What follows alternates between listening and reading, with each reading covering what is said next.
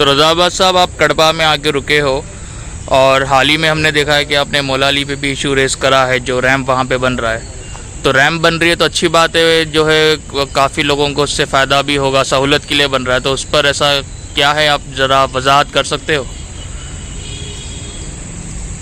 देखिए, मौलाली पे रैंप तो कुछ भी नहीं है, वहाँ पर एक हेलीपैड बनना चाहिए सहूलत के लिए। बात यह है कि आप 20 करोड़ रुपया सरकारी पैसा आप मौलाली पर लगा रहे हो। 20 करोड़ भी कम है। मौलाली एक मुक़द्दस जगह है, लेकिन हमारा मानना यह है कि उस 20 करोड़ में अगर आप 3 जूनियर कॉलेज खोल देते तो वहाँ से जो बच्चे पढ़कर निकलते वो कुछ और बात होती। शिया कम्युनिटी से जो इंजीनियर निकलते, कल को लार्सन एंड टूब्रो LNT में कोई जॉब करता, GVK GMR में कोई जॉब करता, तो मौलाली के दामन में एयरपोर्ट बना देते। वही 20 करोड़ अगर आप जूनियर कॉलेज को लगाते तो कुछ बात कुछ और होती। हमारे वहाँ के MLC साहब को समझना चाहिए। पहले तो वो जो माथे पे चश्मा लगा के घूमते हैं, तो जब आप सन ग्लासेस लगा के फिरते हो तो आपको हर चीज़ रंग बिरंगी दिखती है।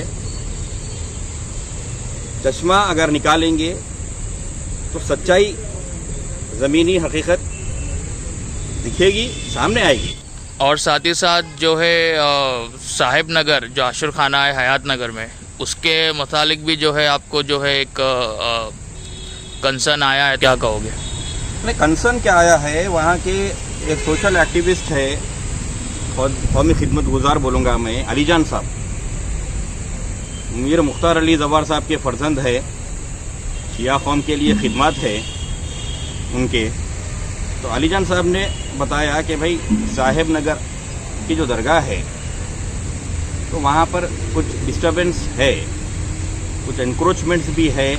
जैसा कि भाई दरगाह तो बंद थी एक ज़माने से, लेकिन अब दरगाह जब खुली है तो इतनी तेज़ी से नमाज भी हो रही है, रोड भी पड़ गई है, साथ ही साथ प्लाटिंग भी हो रही है, एनक्रोचमेंट भी शुरू हो गए हैं, कब्जे भी हो रहे हैं। तो ये जो बात है, इसमें government of Telangana should come clear. Survey number 71/1, 71/2, 71/3 Sahib Nagar Hayat Nagar. तो इसमें जो है, what is the problem? Are you solving the problem और you are creating more problems?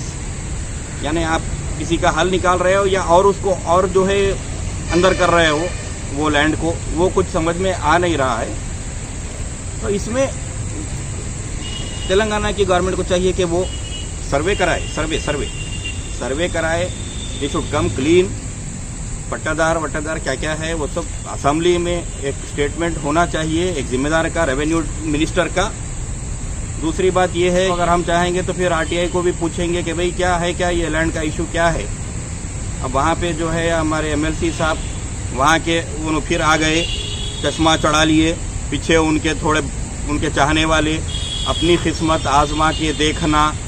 ये जो है आपके सोशल मीडिया पे ये किस्मत ये वो जो है, आप जहाँ आजमाना है वहाँ आजमा लीजिए, वैसी कोई बात नहीं है। लेकिन अब ये किसकी किस्मत आप बनाने जा रहे हैं या किसकी बन जा रही है किस्मत, वो साहिब नगर में अभी वो जो है जांच पड़ताल का विषय है कि ये किस्मत किसकी बिगड़ रही है और किसकी बन रही है। साहिब नगर दरगाह की बात कर रहा हूँ मैं। तो government of Telangana, revenue department, Rangareddy collector, उनको चाहिए कि साहिब नगर में जब इतनी बड़ी ज़मीन है तो शिया कम्युनिटी के लिए आप ग्रेवयार्ड को अलॉट करिए। ग्रेवयार्ड नहीं है, कम्युनिटी परेशान है। The land belongs to the community as per my knowledge. तो आप इधर उधर शमशाबाद ये वो सब नहीं, आप साहिब नगर पे ग्रेवयार्ड एक कब्रस्तान के लिए भी अलॉट कर सकते हैं। समाजी कार्यकर्ता कौमी खिदमत गुजार अलीजान साहब भी इस बात को लेकर, अलीजान साहब भी काफ़ी फिक्रमंद है। तो वी होप कि कोई ऐसा एक्सेप्टेबल सोल्यूशन सामने आएगा। ऐसा नहीं कि आप आ गए, चश्मा चढ़ा लिया, किस्मत आजमा रही वहाँ पे आप। तो ये सब बातें जो है कोर्ट ऑफ लॉ में और जो है आपके कॉन्स्टिट्यूशन में ये सब किस्मत विस्मत नहीं चलती, लॉ ऑफ द लैंड वही चलता है।